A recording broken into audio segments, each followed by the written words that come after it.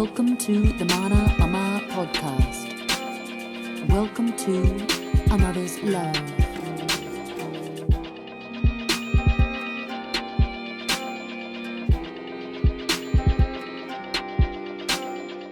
The 9th episode of the Mana Mama podcast is with Kale Kahi, Chief Cultural Officer and co-founder of Sacred Sons. I'd been looking forward to chatting with this brother for a long while, so it was so beautiful to interview him about Sacred Sons, about sacred dance, sacred sweat, and many other things. Grab a cuppa and see how many gems you can pick up from this conversation to put in your pocket for yourself and for others. How are you today, Kale? I'm doing wonderful. Hi. Yeah, excited to be here and looking forward to the weaving of conversation that will come and the prayers that will be said, whether those that are listening recognize them as such or not. I know it's not simply a straight speech kind of conversation we're going to have. It's going to have some eloquency and a little bit more of some probably food stuffs that most people aren't always familiar with receiving through probably the other podcasts that many would attune to. So I feel good about that. I feel like I'm ready to stretch into some other realms and bridge some gaps maybe today. So that's beautiful. A good prayer. Oh, that's a beautiful prayer. That's a solid prayer. Thank you for starting us off with that solid prayer, brother. I join you in that.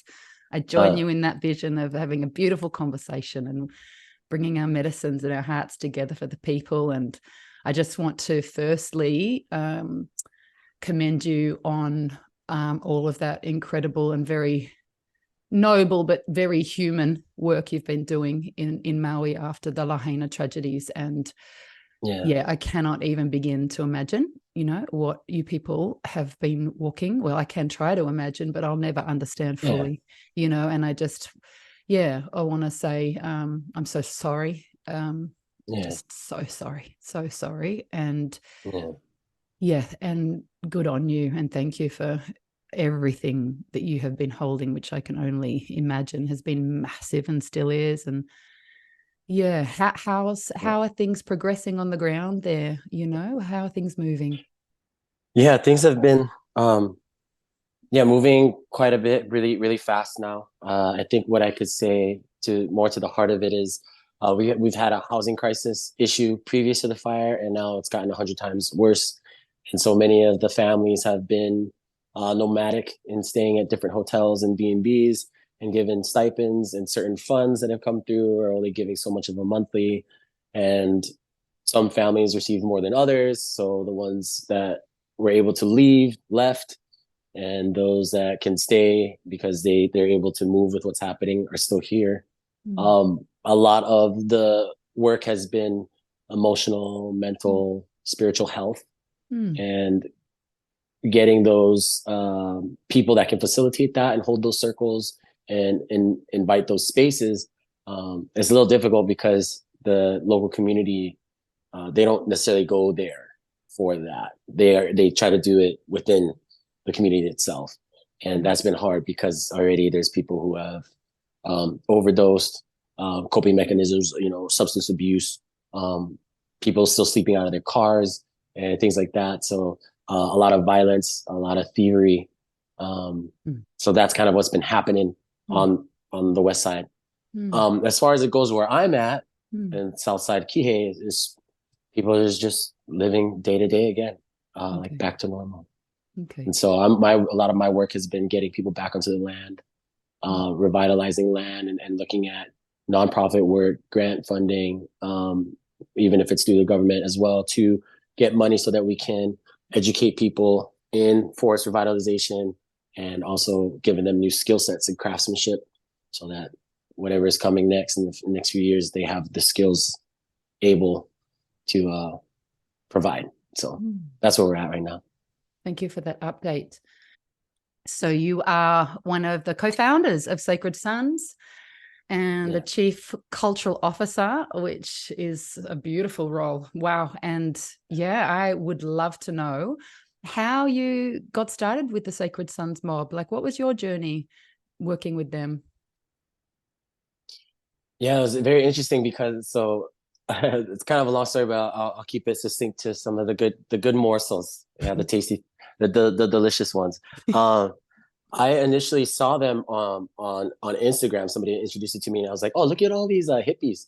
You know, just like doing a bunch of like these hippies doing men's work, and they got all their you know, they got their gear on, their staffs, their ponchos, and I like, oh, and they're like screaming and doing all this. I was like, wow, this is so interesting. I was like, this reminds me of seeing like the Lost Boys from Peter Pan or something, Mm. because I didn't see an instance of a rooted culture. I saw a bunch of men coming together Mm. to figure it out and understand. So that was my, you know, initial judgment Sure. upon seeing it. So I was like, okay, these guys are around.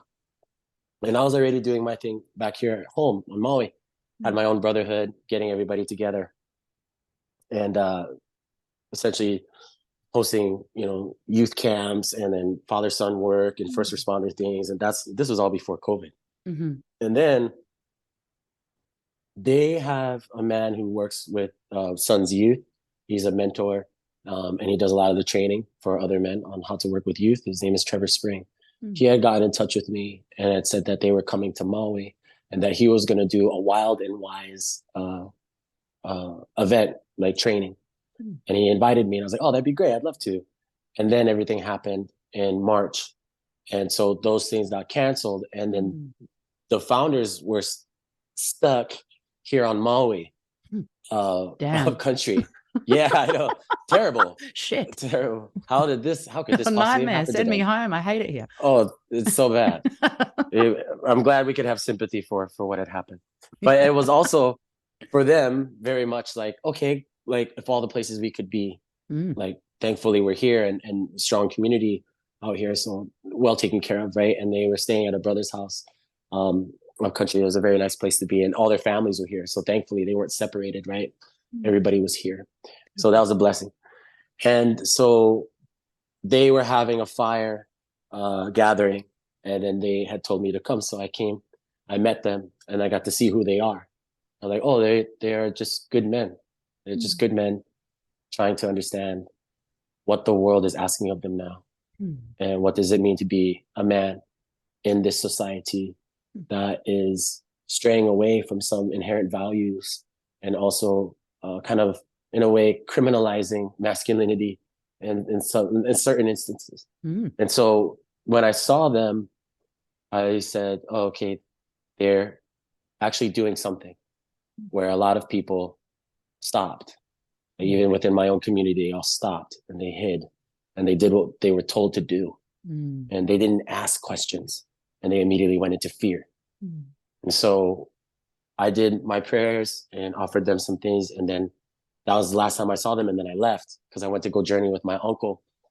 And he is a medicine man. And he's a road man. So I went and I traveled with him and went up to Canada, went to different reservations, went to like 3 different sun dances, went and had my own sun dance in Nevada. So I was gone for 2 months. Then they had an event out on Maui, which was undercover kind of thing. And so they were wondering if I was going to come back because I haven't talked to them since. Again, my inconsistencies and my lack of communication. Because I'm just very present in my life. And so if you're not in front of me, then I'm like, like, what do I do with this? You're not here right now.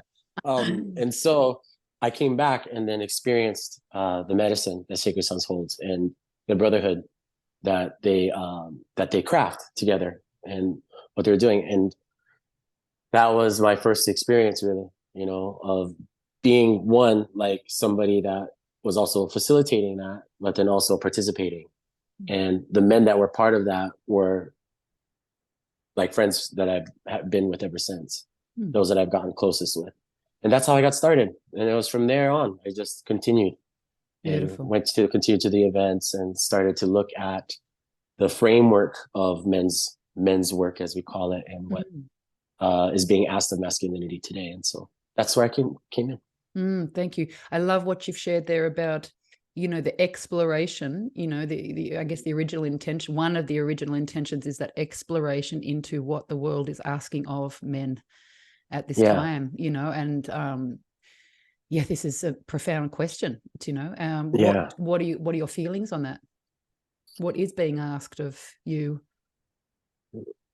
I think when I think about how things have gone, we have many stories, right? So there's a mythic like way of being for humanity that just doesn't exist in modernity. Modern wants to continuously put things into pieces and compartmentalize and reduce it. Yep. And say, well, this is what it is, and then package it up and sell it to you and tell you this is how it works. And that's what I think what they did with masculinity. And I think just from, an American United States kind of viewpoint, it was like bigger, stronger, faster, more powerful, do as I say, and I think a lot of hyper masculinity of a Western interpretation is kind of what has infiltrated the psyches of everybody across the world. Yep. But inherently, initially, the masculine had many different archetypes, not just warrior, magician, king, and lover. There was also tricksters. There were also wild men, feral men. There was also just Maui, for example, is a good story, right? The trickster Maui. How many deeds and adventures has he gone on, and how many movies and stories have been told about him? And he's everywhere, throughout the Pacific, and not always a man either. Sometimes it's a woman. So why would this name of Maui continue to travel? Well, because the trickster destabilizes the normality of things and asks people to question what it is that you're seeing, hearing, feeling, smelling, tasting. Is that actually what we need? Because sometimes the mundane thing that we do is getting lost upon us, that there is a more profoundness of that experience, right? And I think that's what the masculine needs to be again, is to restore ourselves, to look back on the things that have come to pass and why it happened that way. So how did the hyper masculine come into us? Why was there such a thing as the mythopoetic movement with Robert Bly and Iron John and then the Mankind Project? Like, that is all, a result or a consequence of things gone awry, or things happening. So I think for us today, we are just the kind of the progeny, in this modern society of that. And so we're being asked to do different things. We can look to the past to face our future, or the future lies in the past, but we can't just gather it and bring it back up front. So I like to look at these stories again. How did Maui capture the sun? How did Maui pull up the islands from underneath the ocean? How did Maui find the secret of fire? How did all these things happen? And in that story, how does it relate to other stories that are carried over, whether they're from indigenous people, Aboriginal people, Native people, or people that have found semblances of those old stories from their ancient bloodlines, whether they be on different continents. So and I think that's what the world is asking for us, really. It's so is for us to restore the masculine. Yeah. Yes. When you talk about just now, the movement away from myth to modernity, and when I feel into that, I look at the millennia of spiritual control that we've been under as a humanity, and how the fracturing and, like you say, the compartmentalizing of our soul, so, into little freaking digestible bits that are useful to the system. And like it's a far cry from nature, which is holistic, as we know. And so I guess I'm asking and commenting on the work that you guys are doing at Sacred Sons. It's could it be as simply put as you're bringing fellas out of the mind as well, out of that tendency to separate even themselves, into, as we said, little bite-sized chunks, and connect more to the whole of what masculinity is, which, like you said, is multifaceted, as nature is. Is that kind of a fair call? Yeah, absolutely. I think what you're saying is totally on point. And I guess what I could say to it too, just to add to what you're saying, because everything you said is beautifully well said. And there is a piece of it too where it's like, for me, and an understanding of culture, and not just any culture, but like we're all culturally attuned. Mm. Um, and I'm not just saying like it looks a certain way. I'm saying there is culture that feeds and culture that is devoured, right? And then there's culture that just extracts and takes. Mm. Which one is in reciprocity? Mm. The one that gives and receives, the one that takes and leaves, or the one that just continues to uh, leech and sap and extract? So I don't know which one is more human, you know. And nowadays it's almost like you're a human because you have 10 fingers and 10 toes, and then all of a sudden something else, and then people are having confusion as to what a man is and what's masculinity and what's a woman and what's femininity, and all these things are coming up, and then you have all these labels, and it's like because we don't hold a solid vision together, we start to get lost. And not only that, but because of how much of our ancestral, you know, lineages have had to run away or to escape, or that have been enslaved, or those that have been masters of, those who have decided to uh, erase the memory of these traditions, you know, these ancestral wisdoms. That has created orphans. Yes. Right? We're all orphans from those times, and we're living as if, you know, that didn't happen. Yes. And so I believe much of the work that we do is getting men back into the hearts, out of the heads to the hearts, but it's also a great fostering. It's a sense of belonging and interconnectedness through a deeply relational friction, right? So together we can connect, we can confront, we can celebrate with each other. Together we can have these difficult conversations that not everybody would have. Together we can recognize that no one's coming to save us. No one actually knew what was going to happen. Many people didn't even dream of us who came before us. And so here we stand now. So can I be present with you enough? I'm not your father. I'm your brother. I'm not here to be your hero. I'm not trying to save you. I'm here to learn how to do this just as much as you are. And I'm wondering to myself, can we have this ritual and can we have this ceremony together and have the same vision and know that we're fostering each other now into brotherhood in many ways that our forebears weren't able to do? Or maybe they had it went askew. It kind of went a little bit more into a deviant, more of a trespassing of masculinity than it was of an inherent carrying of a beautiful burden. And so as much as we work in the realms of what's happening in the body and in the mind and all of these things, we're also thinking about a collective consciousness that's intergenerational, you know, and it's moving itself from one person to the next, like osmosis. You know, it's an exchange, a fluid exchange. And that's why I tell people too, like masculinity isn't going to be determined by me or by the founders of Sacred Sons or Sacred Sons or the men's work. It's not. It's going to be understood and identified by more bodies of those that want to be claimed by that masculinity.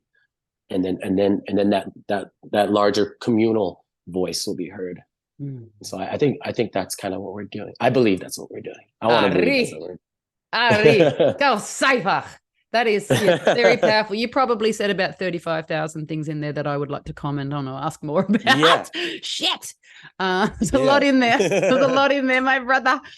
But so many things. Reciprocity, like, so many things.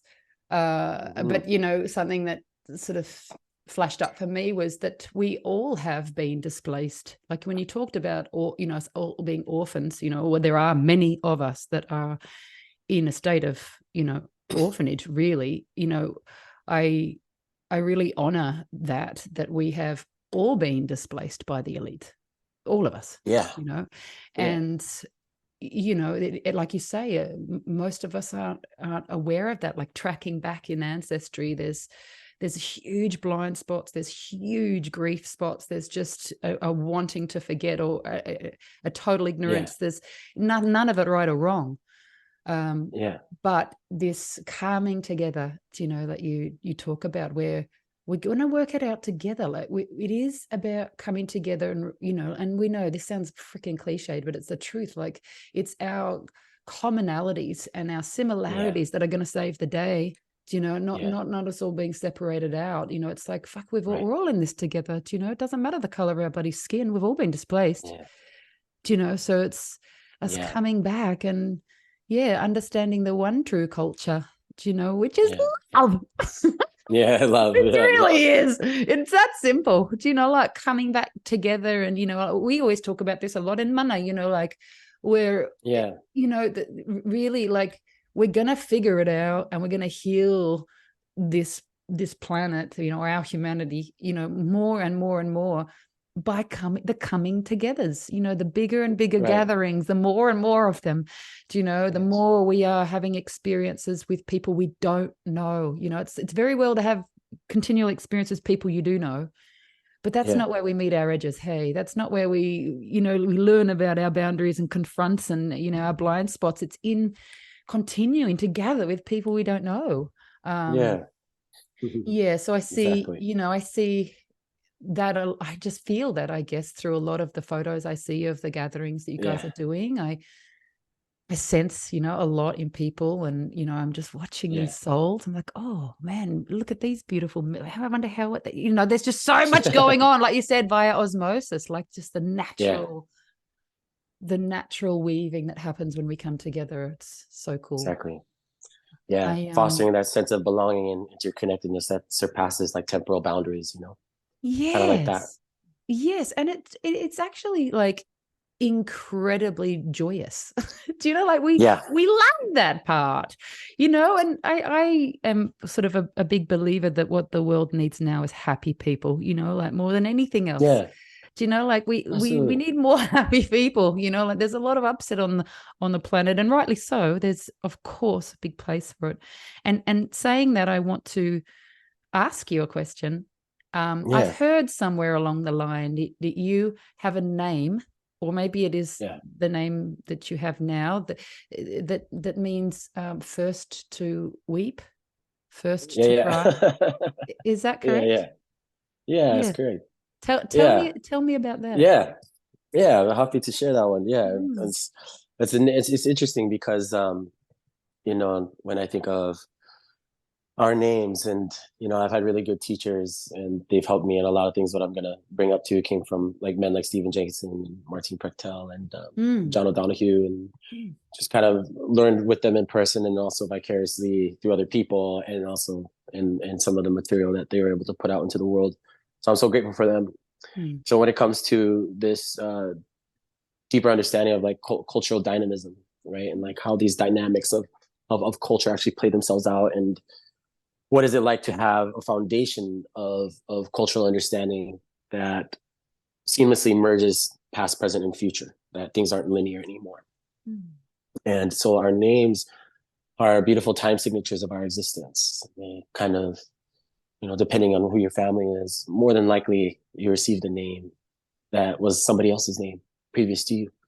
Or maybe you got named after a movie and no one's actually sure, you Yeah. know. But Yeah. that is all part of kind of like the makings of a history of a person within a lineage. So this is about lineage when we talk about these kinds of names. And Ka'alekahi is my last name. And so when I grew up, that name was known to be Ka Ale. Ka means a projection into time and space to materialize, and Ale Mm. means something that billows or rises. So that could be like when we watch the ocean and we see a rising wave, Mm. or you look up into the skies, you see the billowing of clouds because they move fast out here. So that's a Ale. And then Kahi means one. So the first. So the way that my family had first expressed to me was that it means the first crest of the wave or the first billowing cloud. So it was a navigator name.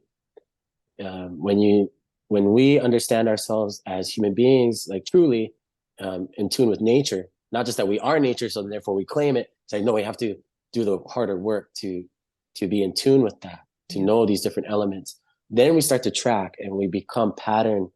We recognize patterns. We seek patterns.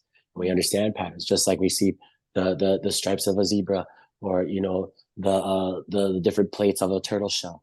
You know, 28 on the outside, 13 in the center is the moon calendar. Like you know all these things that they start to connect.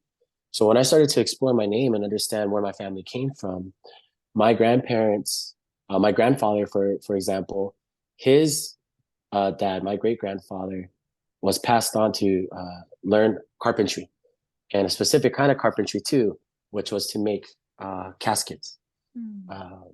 for people that had died, because our people were afflicted with a lot of disease, not that long ago, just a little over 100 years ago, when people were still dying from Western contact. And previous to that, we had a more ancient name before it became Kalikahi, but through Christianity and our, missionizing of that had happened. Bleaching. We switched out names, but yeah, in a sense, right? Because it's not like it kind of is. It's like over sanitizing. It's like you can't have too many gods and goddesses, aka healthy bacteria. Yeah. You gotta wipe it clean, and then there's only one super virus, and that's the one and only God. And so that became Ka'alekahi. And so my family has a history of being at people's deaths and funerals and transitions into the next stage and transformations, which we call hala.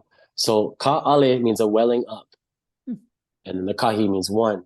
So it means first to cry, first to weep, because my family were also the ones that were the wailers and the weepers, so that others may grieve. And sometimes you just need a little bit more of invitation. Sometimes you need a living example of what it looks like to grieve.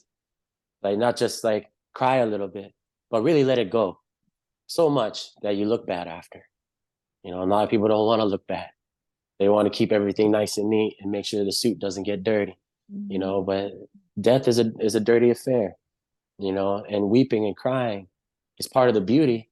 It's a savage beauty, but it's also a courtesy for the things that have gone on and that are no longer here. Not that just they were lost, but it was time for them to transition because our lives have been entrusted to us. And so when the name was realized to me, it was me looking back into my ancestry and seeing, oh, we've been doing this work ever since. We've been midwifing, people into the next realm so that they may go to the beach of stars with waiting our ancestors for them. So first to cry, first to weep. And I look at the work that I do with Sacred Sons and with the men. I'm kind of known to cry first anyway, because I think I'm already really empathic, a kinesthetic empathy, which is different than sympathy. Sympathy is like a compassion, something that we believe we should be doing because we have a heart, but empathy is actually feeling what they feel, not just having compassion for it, but bringing yourself into that body, into that experience. And when that is so real and so vivid, you no longer exist. And that's one of my other phrases, like Kali doesn't exist. And so it's a kind of a funny quip for people. They're like, yeah, but you do. And what do you think you are? I'm like, no, who I am to me is not who you think I am. And who I share a bed with doesn't know me the way that you know. Like, my mom sees me very different than you. So it's like, who knows me closer and outside is everybody's different. Kali. So Kali doesn't exist. So without me having to exist, allows me to have a kinesthetic empathy that surpasses the temporal boundaries between us. So I'm willing to cry, not because I think it's cool, but because I think it's necessary. Right on. When a people have lost their culture and their way, that don't know their time in history, that don't know their songs and their dances and their ceremonies and their rites of passage, they don't know how to bring children into adulthood, they don't know how to transition adults into parents, and so on and so forth, the culture then has to grieve. And that's where it will be created. And the grieving isn't just sadness or sorrow. It's an action of worthiness, of gratitude and praises. Those the two go hand in hand. So anyway, I kind of talked long, but. No, not at all. I think we could do a whole podcast on empathy alone. It's I've kind of dedicated the last 20 years to understanding and fine tuning the art of what we call duplication, and in fact, which is, what you were talking about. And it's the basis of the work we do here at Mana, is the willingness, I guess, is a beautiful way to put it. The willingness to come off of ourselves and not just sense and feel what we think we would feel in another's shoes if we had walked what they had walked, but to actually come right outside of our own energy field and to connect and duplicate, in fact, with another being's heart, meaning feel exactly what they are feeling and meet them in that frequency. And what we've found and what we know is that when we do that, when we are actually in that portal with that being, sharing that frequency with them, it dissolves the energy, like that energy, because, you know, what we know is the only reason that we carry upsets is because they haven't been understood. We haven't understood them fully, or we haven't felt understood by another. That's what's like, that's why we carry it. We don't carry our beautiful memories on our back like a burden, do we? It's these ones where we're like, why did that happen? Why did he do that? Why did she leave me? Why did he kick me in the face? Why, you know, why? It's not understood. And like, we're all walking around with so much upset that no one has time or space to actually drop in with us, you know, around. And this empathy part is just so dear to my heart. And it was actually Adam that spilled the beans about that name of yours, and so and I was like, no way, that makes so much sense to me, because, you know, I watched the documentation of Sacred Sons and your events carefully. You know, I'm I said, I'm looking at the people, I'm looking at and so many times, Kale, I have seen in you the most profound empathy for others. Like it's just all over you. And I just want to acknowledge it, because it's so incredibly powerful and humble and needed. And we need it more and more and more and more on our beautiful planet. So I see it, and I just want to say, good on you. Like thank you. It's, you know, it reminds me of my late teacher who, you know, when I was training with her, you know, 15, 16 years ago, we'd be in a room, you know, of the people going through deep processes, and I'd be sitting up the back, kind of, you know, in the team holding space, and I just would not be able to contain the obs of what I was feeling. These people were suppressing, like I could feel it. She came over to me, Liz came over, and she whispered in my ear, and she said, let go, Chrissie, let go. You will open the room. You know, and from that moment, I just learned from my teacher, okay, I'm just gonna, and it is so fascinating, like you said, you know, like people, that demonstration, that it's an energetic thing. It's not even, look, he's crying. It's a feeling of freedom when someone has the willingness to feel to the depths. It gives us all that permission to go there too, because so many are scared. Hey, so many are so scared of what might be in there. You know, the Pandora's box, you know, don't open the Pandora's box. My rage is going to kill people. You know, I'm sure you see that a lot with the men's work you guys do. There's a lot of rage in all of us, actually, you know, like, and so, you know, and men especially, I'd love to ask you about that, because you know, I see in fellas, you know, because of this boring bastardization that's going on about masculinity and whatever, you know, men get scared to express their rage because they're like, fuck, it's going to kill someone, or women are going to be scared. I'm going to hurt people with this rage, you know, and it's, so do you find that, you guys, you know, in your work, that it takes some time to get the rage moving with men?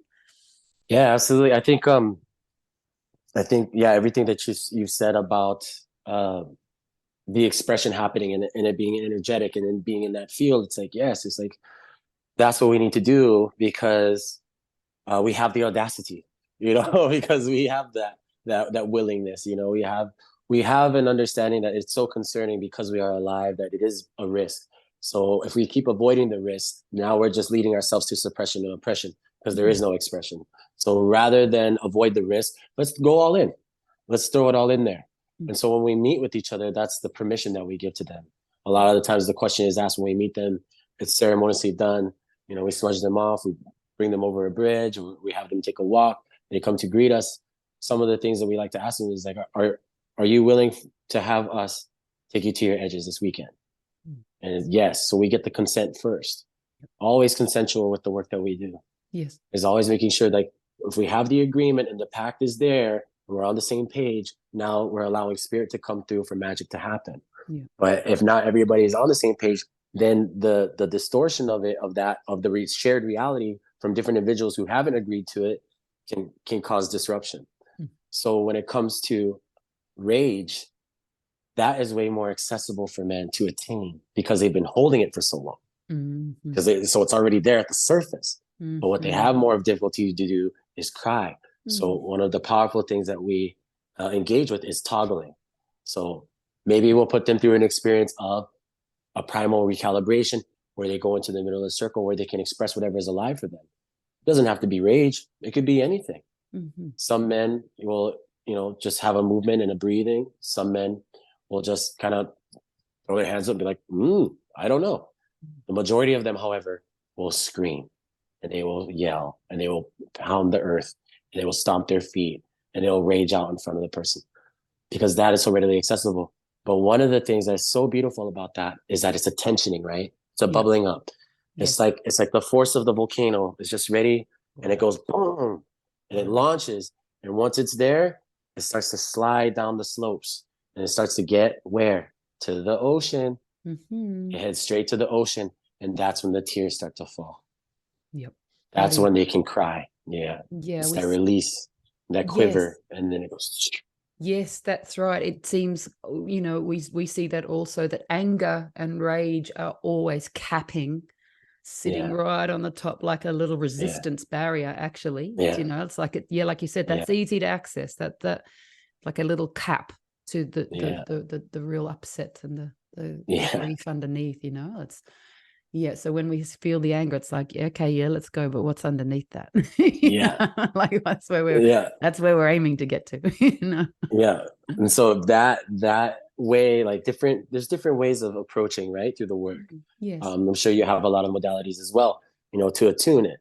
But one of the important things is, again, we're working with the collective, the communal, right? So the individual starts to dissipate during the work, right? Not that it isn't present, because we need everybody's contribution, but that being the preface or the priority or the thing that takes precedence over starts to dissipate and starts to recline back. And then what's there is the communal experience. So that now they're all giving permission to each other. Now they're all witnessing one another in their anger, in their fear, in their tears, in all the ways that they're being torn apart and built back up again.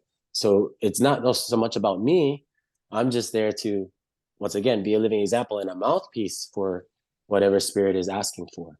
And then once that channel has been made known, each of the men have a responsibility, a beautiful burden to carry that for each other.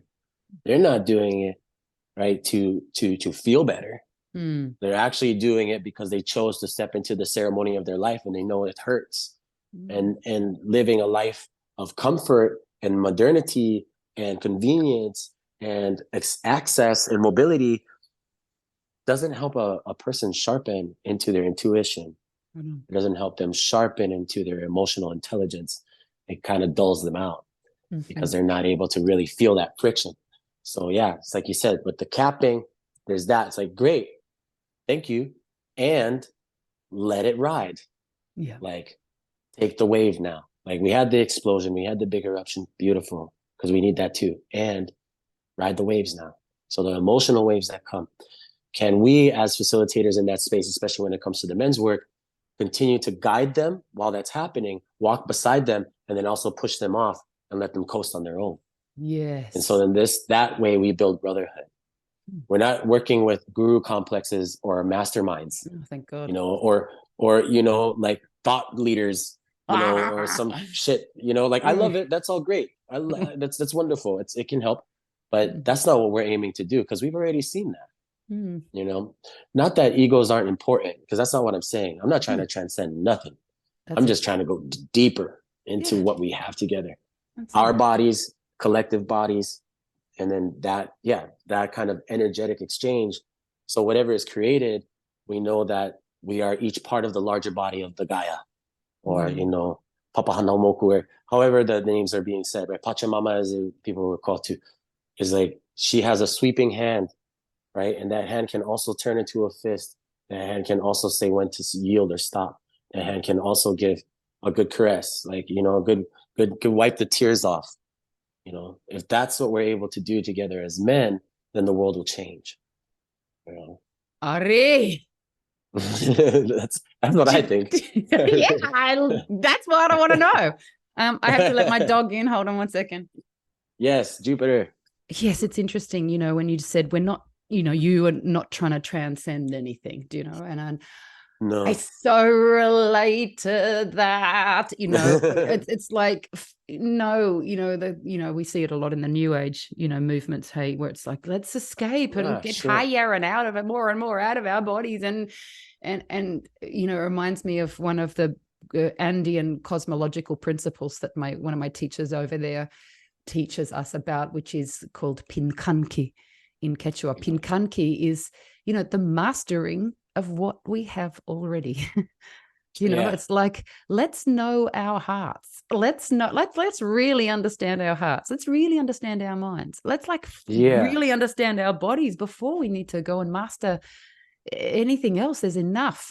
There's so much right here, for us to work with, to become better humans and better stewards of the planet. We don't have to go too far. So I join you in that, No, I love that. Not wanting to. And the word is Pinkanki? Pinkanki, yes. Pinkanki. Yes. Oh, is that like a Quechua?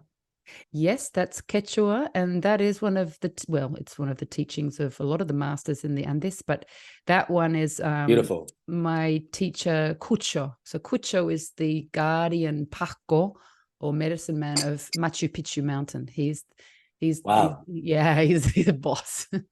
That's awesome. He's a boss, and he's just obviously just the most humblest human, my Lord. And he's not even human, I don't think. Like, he's really half animal, half human, half animal. Like, like his eyes are always glazed over. He's always somewhere else. He's always seeing everything that we're not seeing. And he's a boss. Yeah. That's awesome. Yeah, Pinkanki. I wanted to ask you, Kale. Yes, my beautiful teachers. I honor them.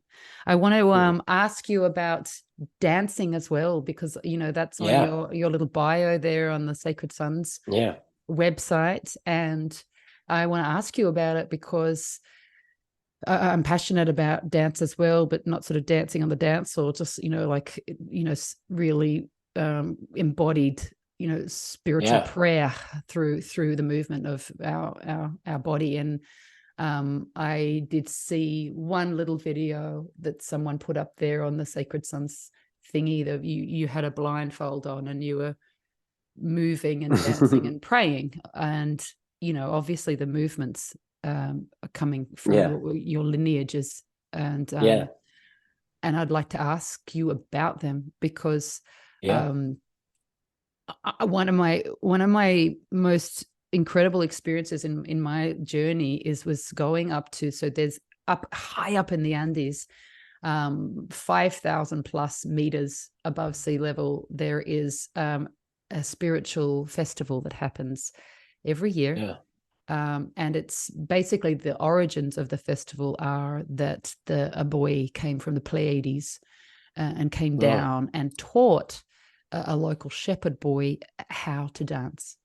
And the whole festival is, there's 150,000 people that go there, and you'll catch probably 15 tourists amongst them. Like, it's a hardcore festival. It's not easy. It's not for the faint-hearted. It's like, it's fucking cold up there, and and it's very inhospitable camping. It's wetlands and marsh, and it's freezing, and there's no sleep to be had for 5 days, because it's just 24/7 brass bands and dance groups, dance troops all through the Andes, bringing their dance, and they work on their dance all year. And I went along. My teacher said, you have to go to Colluriti. I was like, all right. So I went up there, and what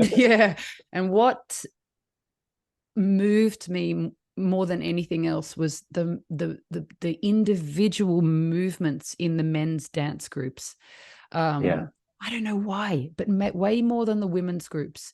For me, it was like watching the way the men were praying through their bodies, and the particular, every move, was telling a story. Every half second to second of these choreographies was telling so much story. And And then, you know, I spent some time in Hawaii years and years ago, and someone introduced me to the Mary Monarch, you know, competition. Yeah. And, you know, and and the same thing, I just watched that shit and I'm like, Wow.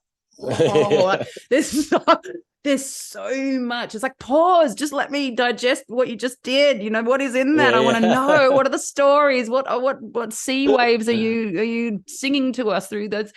You know, So and much. so I want to just honor that firstly, and Yeah. ask you about that, like, because I know dance obviously means a lot to you, and Yeah. tell us about it. Tell us about it, Kale. Sure.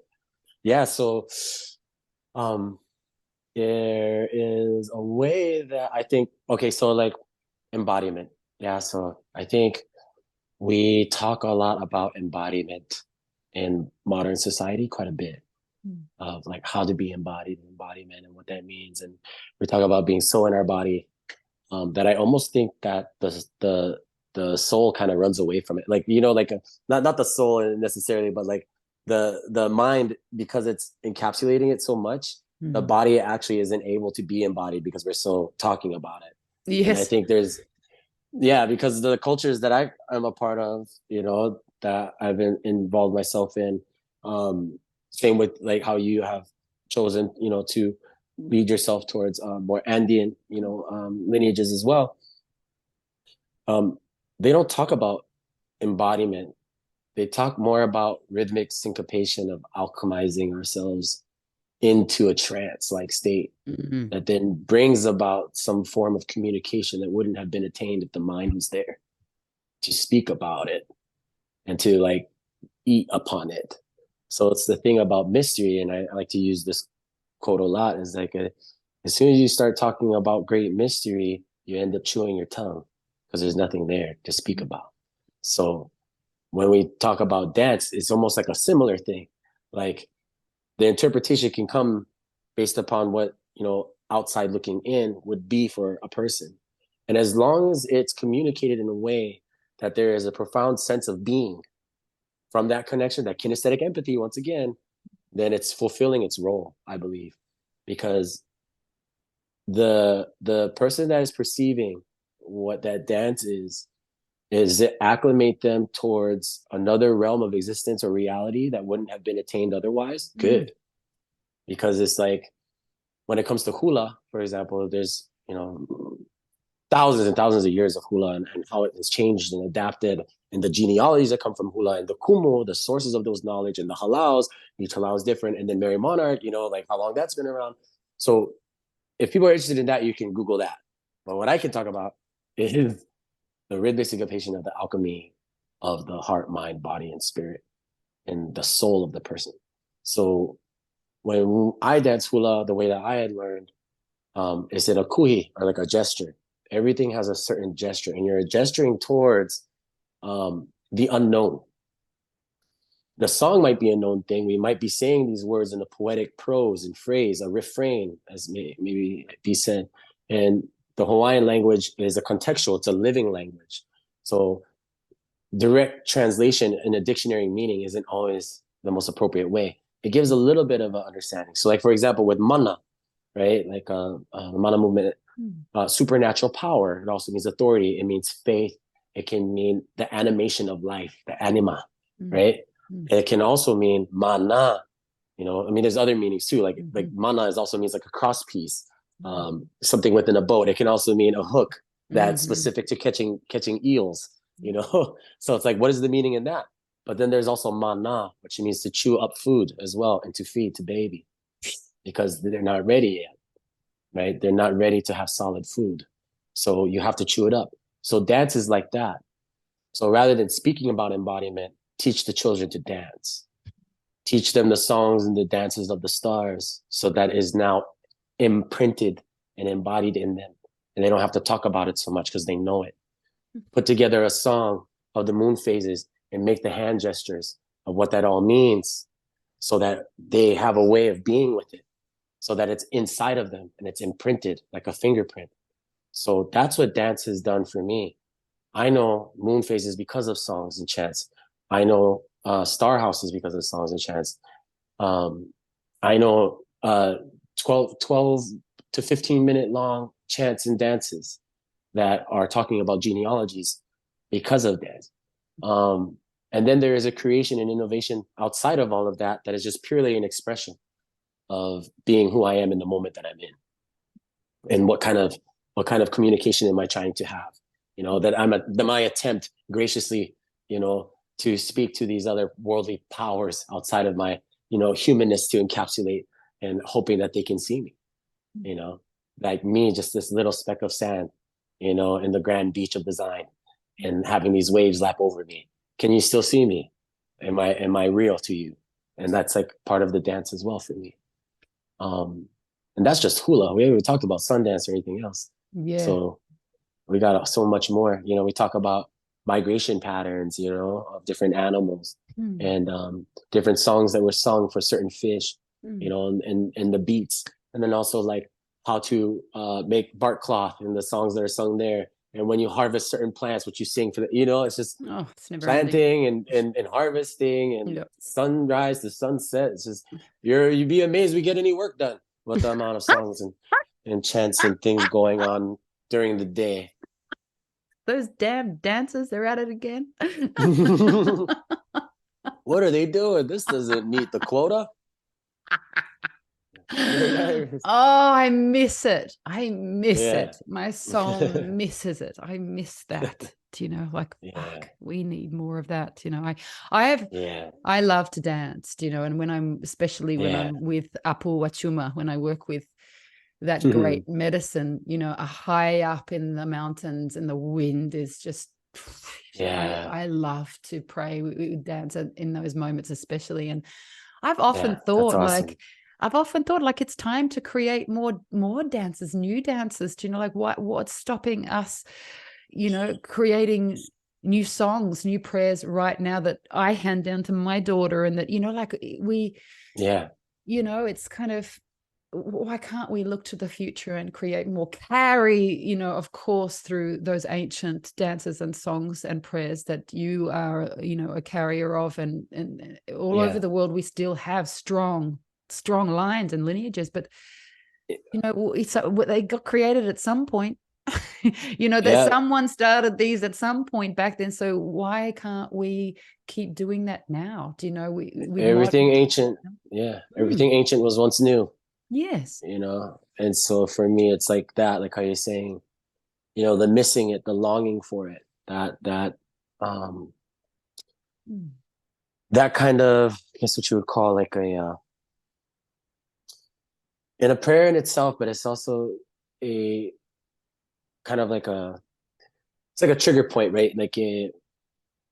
Like when something's hurting and you don't tend to it, it's that constant kind of like neck issue. And it's always there, but nothing's ever being solved.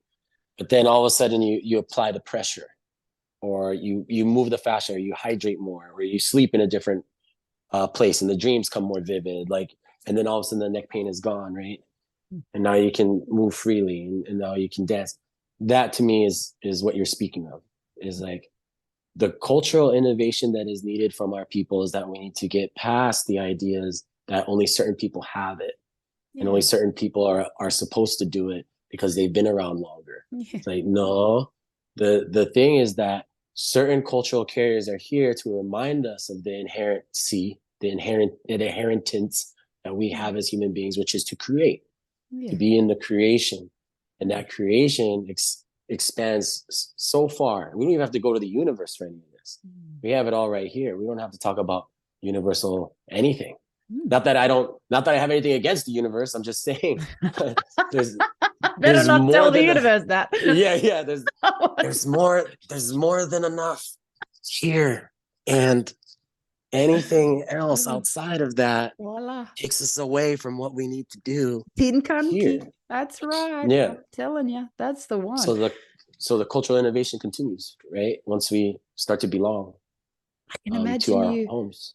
Yes, I can imagine you teaching dances in your sacred sons, you know, creating new dances for the strength of men in this world, and that going down to the sons' youth. And, you know, why not? You know, like dance just for dance's sake, you know, just to remember that that's how we pray.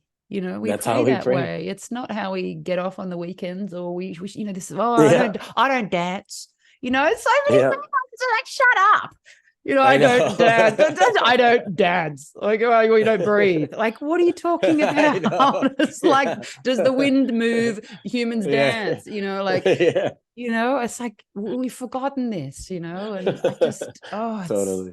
so important to, you know, it's like to kiss, in a way, to kiss Yes. nature all around, the air, with our limbs, to move and to and to say, I'm here and I'm feeling you, and dance with me, you know, like, Yeah. yeah, far out. I reckon I could be a dancer in another life. Yeah. I've got too many things Yeah. to do. There are dancers. Everybody should be dancing. That was one of the That's things too right. about it as well. Like how you're saying, is like the creation of it. So, at least from the American, history of like orphanism, and like came with the hippie movement, and the free love and all of that. And there was an idea, an idealism of a return to a certain source, but then it got hijacked, by substance abuse and all these other things. And the people that were really true to it, they started to create communes. And then those communes were then in friction with what the everyday, like normal, supposedly normal society was against, because they didn't trust that people being outside of government, uh, control or under government authority would be anything worthwhile having. Because you know why? Because people that were like that, they called natives, and they genocided them in the United States, and they put them on reservations. And so as soon as you start to do that, that to me is a significance of a cycle of the impoverishment of this culture that is happening again and again, because those people are not just seeing other people, they're seeing their ancestors who they believed were failed attempts at being who they are, the very ones that they're trying to run away from and get away from. When a man or a woman says, I don't dance, to me sounds like somebody who hasn't grieved for 6-7 generations. To me sounds like somebody who hasn't understood what it means to live a life of joy. And so whenever they see like that embodiment of heritage and lineage, and the passing down of traditions and a certain style, that isn't about conformity but about freedom, then yeah, now we're talking about indigenosity. Now we're talking about a certain kind of nativeness, to be of the land, to be claimed by elements, not claiming them, but belonging to them as a child. So it goes back again to like empathy and sympathy. People can sympathize, with hurt and pain, as or hardships, but it's simply like a feeling or like an idea. It's conceptual.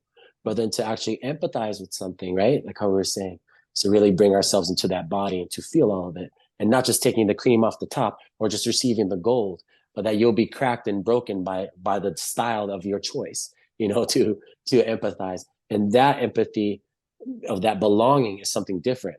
That's indigenosity. So then now, if somebody witnesses like pollution or the littering or watching a river have oil spilled on it, they'll be like, "Oh my gosh, it's so terrible! I can't believe that would happen to these people. I can't believe it." And then swipe, next one. You see what I mean? Yeah. Like that's a sympathy. But when you know that you have the name of this river, you have the name of that mountain, and you understand the history of those places because of the stories that have been told to you, so you cannot be who you are without them. Now, when something happens to somebody else's places, now you can truly empathize because your indigenosity is intact. You see what I mean? Because those names of those places and those ways, those waterways and those mountains, they don't just exist as a concept. They are part of the tapestry of your own weaving into existence, because you cannot have water without that waterway. You cannot see the sunrise or beautiful clouds without that mountain. You will not know what the trees of the forest are that you hike through, or even in what would be called barren lands. There are still oases. There's still underground waterways that we do not see. So that's the other part. There's an indigenous empathy that needs to be had amongst our people too. For the creation of the new songs and dances that we're asking for, they needs to be rooted in something. Otherwise, we'll fall off again, like those that have attempted before us. right? So part of my thing too is like I almost have to prove my existence through this trending resonance of being somebody that knows these kinds of things, you know, somebody that can share a story about, you know, what my last name means, or, you know, kind of the history of certain places and waterways and dances. So it's like trendy, right? Kind of like trendy for some people. But for those in the know, they come to it and they ask, who am I? Where am I? Where have I been? Yeah. That's what happens to them. They start to have an inquiry, a query and a question of like, what just happened? Yeah. Like, how did I get here? You know, that's what this is about, you know, like this conversation to me is like, how many people listening to this are going to be like, what is this guy talking about? Like, you might not get it right now, but if you sit with that and start to explore life a little bit more concerned and not just leaned in, a little bit more empathically and not just passively, a little bit more open without needing to control it, I think these things will actually start to be will start to make sense. You know? That's it. And it's really the coming away from egocentric living and society and back to eco, where we are not the dominant rockin' species at the top of the pyramid. And we are in the symphony, all interdependent and singing a beautiful song together, hopefully. It's like, everything you just said around the mountain speak and the river song and feeling and wanting to listen to these things and to tune in. And this is where we're moving back powerfully as a humanity. We are step by step. We're getting there. Humanity, keep going. We're getting there, you know. But this, you know, the elements, you know, you talked about the elements and prayer and now I want to take, and trance, you mentioned, you know, the trance with the trance with the dance. And I want to talk about that now relative to sweat, because Sweat Lodge is a really big part of the Church of Mana, you know, like we sweat and it's oh God, like I miss it. Like it's like I miss it, you know, and I'm not in there, and that state of trance that happens in there, of like going deep into prayer and going deep into confront and meeting those edges and coming out of that mind that says, I'm gonna die. You know, like in everyone's mind, every sweat, you can bet that Wetiko shows up and tells you you're gonna fucking die. Like, it doesn't matter how many times you've done it, it happens to be every single time. Oh, you're not gonna be able to get through. Oh, look at you. Oh no, you better leave. Fuck off. I've got this, you know. It's like, it's there, you know.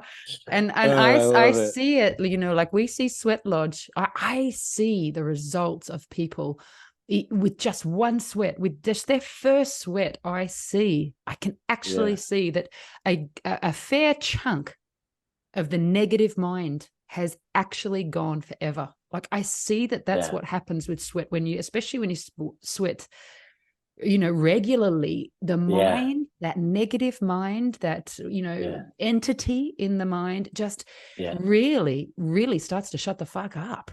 You know, it's actually profound. And, you know, it is in that coming out of mind and trance state. And I know that you are a lineage carrier of the Sweat Lodge tradition, and I'd love to I don't know if you have women in your ceremonies, but you know, one day I'd love to experience it, because I'm so passionate about that ceremony. And, you know, and so tell us about that. Tell us about your lineage there and what you love about it. Like, why would you, I guess I'd like to say this, like, what, you know, for someone listening out there who has never done a Sweat Lodge ceremony, like, why would you encourage them to be involved? Of course, it depends on who they're going to sit with. And, you know, like, I'm not, you know, like, but if they were to go in with you, you know, what would you tell them about it? Yeah, well, beautiful question. So I think, so one of the things that's really important to address is like similarly, like how you say like wetiko, you know, and where that comes from, and there's like that the nothing, you know, and also the insatiable hunger that continues to move and energetically just wants to, it's like the black hole, the void, you know? And there's a certain name for that, right? In different cultures, and Wetiko just so happens to be from a Ochatisakawin, like a Lakota way of understanding. And so we have to remember, like everybody listening, before I actually talk about the sweat lodges, that like, you know, we have like what's called the monkey brain, lizard brain, cerebellum, cerebral cortex. You know, we got, you know, super ego, id, you know, unconscious, conscious, subconscious, you know, like all these going on. And these are all terms within a psychological, you know, physiological, anatomic, and anatomy kind of language. Right. And so, but there's also other like languages and words, like in Japanese, they have ikigai, like to know one's purpose. You know, they have Ubuntu, I am because we are, you know, all these other words, you know, there's even like a word for in German about like the feeling of when you're alone in the forest. Like, wow, like, you know what I mean? Like there's all these different languages that show up when we're willing to explore it, when we're willing to see it. So language, right, is what I'm headed towards. So language. So sweat lodge is a communication, it's a language, right? We're talking about the language of the elements, fire, earth, air, water. We're talking about kingdoms, plant, animal, mineral, ethereal, human, spirit, whatever this fifth one is. You know, this is the language of it, because there is only a certain kind of medicine where you've got heated rocks that come in and then you pour water on them that you can receive. Nowhere else. That is the only way. No amount of therapy, if it hasn't helped you move past, you know, these other terminologies, then maybe you need to be a part of a different ceremony that doesn't require you to do anything but be present with the elements. You know, to just be in the dirt or in the grass again, to humble yourself, to be on the ground, to be uncomfortable, to be in the discomfort, and then also to be confronted with your own dying.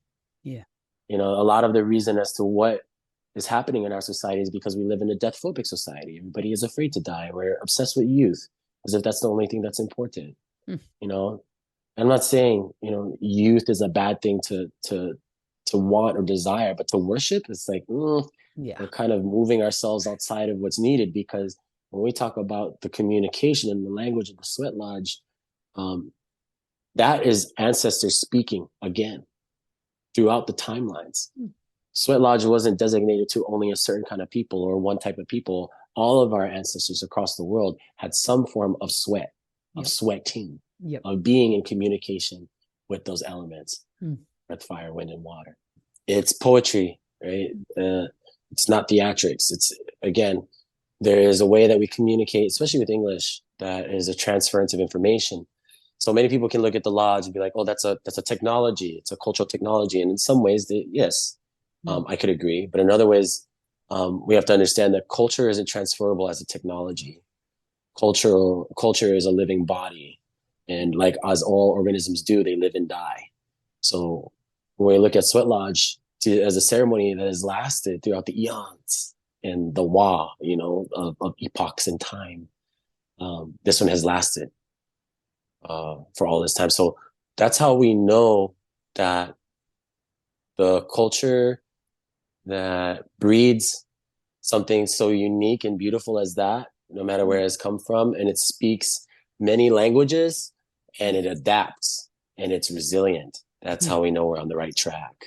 You know, but if it comes and goes and fades because it was just a trending resonance, then maybe it wasn't meant to last, you know, at least for us as human beings. And we're not even on a pedestal of existence. We're just trying to pick up where our ancestors left off, because we're not them. But when we step into ceremony in that way, at least for me, like I was saying, for many people who haven't been, you know, it's just an introduction, because as it was taught to me was, you know, this is a prayer for the people, and the people that are in reciprocity with the cycle of nature and the natural law. And so that's kind of where I've been. Beautiful. You talk about reciprocity. You like that word. You use that quite a bit. Yes. And it's one of the again, another cosmological principle of the Andean path is what we call Aini, which is Yeah. the sacred reciprocity, that nothing ever goes one way, and Yes. it's the mind can be like, oh yeah, I understand what reciprocity is. Yeah, give and take, back and forth, blah blah blah blah, and it's like, it's like it takes a lifetime to keep Yeah. understanding the flows, like how many there Yeah. are, and there's just a never ending amount of flows in and out, with the universe. And Yes. it's, yeah. So what does reciprocity mean to you? Like, what is it in your heart, Charlie? At least for me, I know it's not just transactional. Hmm. So when I think about reciprocity, I also think about sacrifices and offerings. Hmm. So in many instances, offerings is something that is just given as a gift. Like, here, this is a simple offering. Sacrifice is something that is uh, as an agent of change, wanting to cause something to move into another direction. Hmm. So sacrifice is being made. So when I look at reciprocity, there's a requirement. There's like prerequisite. It's like spiritual lawyering, as I could say. It's like, oh, okay, this needs to be fulfilled here. There's certain kinds of agreements that need to be understood amongst these supernatural beings, these otherworldly, more than human, other than human um, engagements, through our multi-species ancestry. And as long as we're in that kind of like, here, I'm willing to go without food and water for a time. I'm going to take the energy of my body to go up into the mountain, into these more wild places, and harvest some medicine and bring it back down, so people can receive it. You see what I mean? Yes. Like, there's always going to be an offering and a sacrifice in the reciprocity. There will be possibilities and consequences in that reciprocity. So it being transactional is oversimplifying it, because we're so used to, I guess, the consumer identity, where it's so much more present. It's superficial and it's shallow, but it's a big identity. It takes over everything. It shows up in our holidays, it shows up in our birthdays. Is because presents are different than gifts. Yes.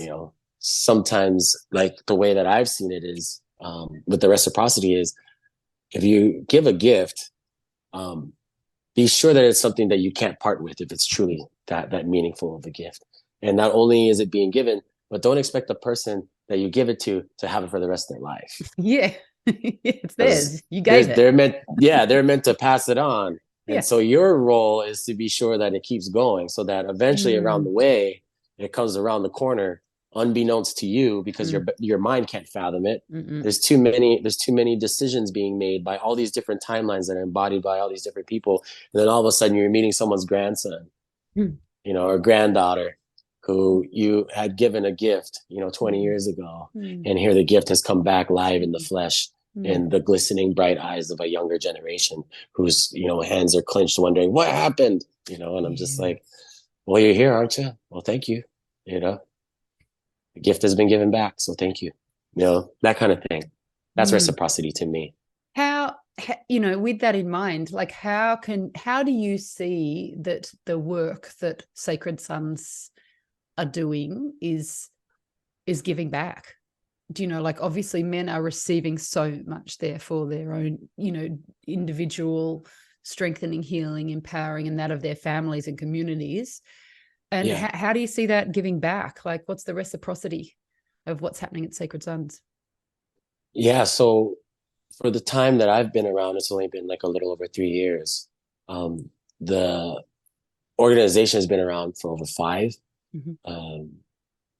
And already we're seeing men go back home, change their home life, their family life, to where they now bring their son and their father. So now we're witnessing 3 generations at one gathering happen more and more. To me, that's what we could call, I guess, progress. It's like, it's not about the number. It's like, I'm not trying to, put butts in seats like a P.T. Barnum, circus show, and get as many tickets out there. Like, that's not what it's about. I'm wondering, how many brothers are we going to see that are blood brothers? How much kinfolk are going to be surrounded in this gathering? And how many of these men who are lone wolves, as they would say, or solitary, or these males out on the outskirts of things and trying to understand connection and brotherhood, and they come to a gathering and they see a grandfather, a father, and a son, and a grandson, all at one thing. Like that's extraordinary, and that's how I see us giving back, along with the sponsoring of men too. So we scholarship men, we sponsor men who can't afford it. We have a whole nonprofit designated for it. We also have the youth program, the Sons of Youth. And so I think that's what's been very clear to me since the beginning when I started going to halal, to cultural school. I've been to many in the sense of like seeing them, and I participated in only two. The first one that I was in was dedicated towards the dance of hula and the chant, more about that expression of the music and the instrumentation and primarily the dance, and learning how to make your adornments. The next one that I went to was about generations and like Nana Ikikumo, which is like looking to the source and revitalizing sacred places and understanding how to have that reciprocity, that sacred reciprocity, with your environment. So like, from individual friends and family, ohana, to those on the outside, like associates, co-workers, things like that. And then you have, community and then environment. And so that halal was really focused on how do we create human beings, the art of human making. And so when I think about what Sacred Sons, in this small amount of time that we've been around, 6 years, we're already starting to see a return of this human making, like glimpses, I should say, not fully fledged. Not saying we're getting ahead of ourselves. I'm just saying it's happened enough that I'm grateful, that I'm alive to see it, because that's not what I was doing it for. And I was actually just doing it because I had a gift to share. Since we've been talking about reciprocity, I was like, I got gifts. I want to see others' gifts. Yeah. So I started doing it. I didn't come in like, oh, I'm a healer. I'm a men's work facilitator. I'm certified this. I do that. I'm just like, nah. I actually just, I got a couple songs, a couple things. I know how to play some things. I could talk a few words. I got a good presence on me. I hope I can, I know how to hit. Got I can some punch dance things. moves. I got some dance moves. I got all my teeth. So I was like, here we go. I hope this works out. And it did. And it did. Oh, and so much brothers so. are sharing. Yes, and so much so that you're coming to Australia. Yeah, exactly. How cool. So you guys are coming in Feb, correct? Yeah, February. I think the first EMX is from the 8th to the 13th. And then the one the very next week, Thursday to Sunday. So you've got one on the East Coast and one on the West Coast? Yep. Okay, yeah. So fellas listening or women listening, you can tell your beautiful brothers and partners and fathers and sons about these events, about these beautiful events happening. So I think I understand one is kind of just the border ranges between New South Wales and Queensland. I'm not sure where your Western Australia one is, but it'll all be on your website. Yeah. Who is invited, Kale? Who's invited is everyone and anyone. Well, I'm not. I know. I've been threatening to fucking put on a mustache and a frickin' for a long time now. You boys aren't having me yet. I know. It's been so you've been our biggest supporters, right? Like women like yourselves who really want to be in the mix and this and that. They're like, well, I can't go. I'm at least gonna make sure I send a man out there so that he goes and gets it done.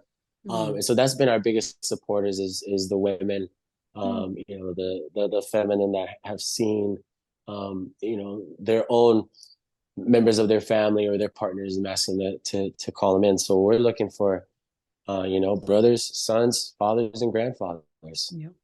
That's what we're looking for. I've always been more of a, it's kind of a running joke, the people's champion, because I'm looking for the everyday person, the common folk. Fuck yeah. Yeah, You know, yeah. and I love the hero's journey, and I think that's wonderful. And I Mm, think there's a lot of beautiful archetypes for us to, mm. get our minds on and conceptualize and do all this stuff. But I'm really just looking for, I think we as a brotherhood are just looking for everyday people who are wanting to do beautiful things in the world for their family and leave a legacy that's lasting. That's the one. And that's what I want: brothers, sons, fathers, grandfathers, and uncles. Yeah, that's the vast majority of us. The Yeah, I everyday was thinking everyday so. folk. It's just like, man, every heart has just as much power as the next. And Yes. often it's the everyday folk that are using that power with a lot more Yes. humility, and in their immediate surroundings. Like my late teacher Liz we'd always talk about that. Like spirituality is simply love in action. Like, taking Yeah. your neighbor a cake. Like, Yes. this kind of thing. Like, that's Exactly. spirituality. That's love. Like really simple moves, but Yeah. that no one sees. Yeah, Like, absolutely. that's the We one. talk about that too. It's Mm. it's it's a similar thing. Like, when we talk about strength, a lot of times men, in what they claim to be traditional male embodiments, like, you got to be strong. You got to make sure your boots are strapped on tight, and you got to, like, have enough grit and just Mm. ride through it, and just, put your nose to the grindstone and keep your head down and keep on moving. And they imagine that's called strength. It's not about how many times you get knocked down, but how many times you get up, right? And we're saying that's part of it, but that's not the main mode. That shouldn't be the thing that takes, precedence or the primary way of engagement. What's really strong is knowing that when you're outside and it's cold and you're gathering with people and you see somebody who doesn't have a jacket on, so you take your jacket off and put it on them. When you go back home from a long day of work and you see that your loved one has fallen asleep on the couch because they were waiting or thinking of you, you give them the courtesy of unfurling a blanket upon them and make sure that they're comfortable at night so you go to sleep. And that's all they need to know. Strength Yeah. is, it doesn't have to be seen and shown in such a way that there's bravado and machismo, like cowboys, riding out to the sunset. Yeah. It's as simple as a man that's pious and devoted enough that he has discipline to go out there and to express his heart in even the smallest of ways, such as like opening a door for our elderly, Mm. or making sure that they get home okay, walking someone across the street. Those are heroic deeds for a common person that can do every day. Just last night, I think it was 2 nights ago, just 2 nights ago, I was out having dinner, and we're seated outside, and across the street, already my senses are like tingling. I'm like, this ain't right. Like, I hear a man across the street around the way, um, yell something, and then I see him run across the street, and then I see as he's going, he's talking to a woman. He's yelling at a woman. And I was Mm. sitting at that table, and I'm wondering to myself, I'm like, ooh, like, when is it time for me to engage? Because I'm Yes. wondering to myself, this is happening in public. There's other restaurant um, people that are seeing it go. And then he screams at this woman, says some profanities at her. And I'm like, all right, looks like she's going to handle it. Looks like she's just kind of going to walk away. Then he grabs her bag and rips it off of her. And that's when I got up. I felt like maybe I waited too long to see the tension. I didn't Mm. want to get involved in that sense. Yes. But that's when it clicks in my mind. It's like, I'm not trying to be a hero here, but I'm Yeah. not I'm not willing to watch, somebody get beaten in front of me or get screamed at or yelled at. This is Yeah. it's not even a place of like what's proper or improper or what's civil or not. It's Yeah. just simple basic principles of like, this is a life, and I'm not here to disturb or interrupt, their lives in that sense. But I'm not going to bear witness to that, Yeah. to this kind of um, what's that called? Like a harassment, Mm. a blatant form of aggression. Mm. And, so when I went out there, simply speak to him, and she's looking like they're both already, they're not all there. They're already Mm. on some drugs. And as I get up to go and talk to them, another guy from the restaurant got up too. Yeah. And we didn't even speak a word to each other. We both looked into Mm. each other's eyes, just kind of like nodded, and we both Yeah. went to go handle it. And Yeah. we did. Got the woman's bag back. The guy said a couple of things to us, was just like, never mind, I'm done. She's this, she's that. She just looked at us and she was just like, can you help me? I need this, I need that. We were both just like, you just need to sit down and get yourself some water, Yeah. you know? And then we go back, and the restaurant people were so gracious and so happy. All the women at all the tables were just so happy that we even did something. They're kind of like, you just restored our faith in men. And that's what I was saying at the beginning. That wasn't my role. That wasn't what I was trying to do. I just could not sit back and see that, because what I was witnessing was my auntie, my mother, my sister about to be assaulted by a man. Like I couldn't let that happen. And even for me to sit back and watch him scream at her was like too much for me. And that part of my civility like hindered me from really engaging immediately.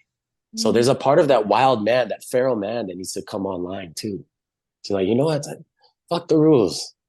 You know, it's about time somebody stands up for things that are appropriate for us all, which is the endearing love of life, and knowing that people do make mistakes and they don't really know what's happening to them. And it just takes some time for us to show some presence, to really kind of disrupt and interrupt that existence that they're in, to show them another reality and to separate that thing. And I don't know what's happened to them. The police were called. The woman was taken care of. She's fine. The guy is somewhere else. So, but that was me 2 nights ago. So it's like, that's the kind of thing I'm hoping that men can do.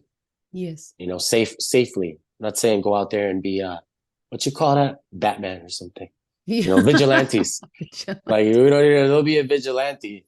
Let's say, like, if you have a presence about you, you know, in a way to use some words to de-escalate and to calm someone down and understand flight or fight responses, then that's hopefully we can teach, you know. Yes. And, you know, I'm sure that a result of being with, you know, stronger and greater packs of men at events like yours just gives men that support when they're, you know, not when you're not all together, to go and do things like that you did. You know, like most men will see that as not cool what that guy was doing, but a lot of men won't have the confidence or feel that support of the brotherhood behind them to get up and say no. And so, you know, if you look at that on a collective level and, you know, the planet at large, you know, we definitely need a lot more big fat fucking sacred no's happening. You know, like exactly. Right? Like yesterday. The way you said, well worded. That was great. Big fat fucking nose all over the shop. Big fucking sacred, defending the sacred nose. And it's not nearly enough happening because men, you know, I don't know, they don't feel, you know, like you said, that sort of the mythic, you know, role has become so watered down. And so that's why I would advocate any man listening to you know, to advocate the work of Sacred Sons. And I think and I love the idea. I love how you guys are spreading, whereby smaller groups are jumping into the larger group. It's like we don't need to reinvent wheels. We're doing things all so separated around the planet, and that's fine. But I actually was chatting to beautiful Vincent Vallejo about this a few months ago. I was saying to him, like, you know, though, you know, that beautiful Martin Luther King statement, you know, those that love peace must be as well organized as those that love war. And we're not, you know, we're all over the place. You know, we're all just loving lighting and doing our beautiful things in groups all over the place, but we're not linking up as much as we should be. And that was really one of the, you know, inspirations of me linking up with you guys is we're doing different work, but we're in the same fucking the same mission, and we are better to support each other and know of each other, right? See what you're doing there, right? What can we, you know, this is, and so, you know, men out there who are a part of something, be a part of something bigger. Do you know, is my invitation, do you know, for all of us, wherever we can be a part of something bigger, let's do it now. And let's freaking, you know, sort this planet out because there's other ones to sort out. There's plenty of there's other things, there's other shit going on, you know, and we're powerful. Us mob humans are powerful. And Yes. it's time to remember that, and and Sure. coming back into the group. So Yeah. Kale Kahi, thank you so much for Yeah. talking to me and being part of the Mana Kitchen. And Yeah. yeah, we welcome you with so much love and so much respect when you and your mob come this way. And I know you'll be welcomed properly in ceremony. And yeah, however we can support you, just let us know, and we'll do what we can. So thank you so much for being here.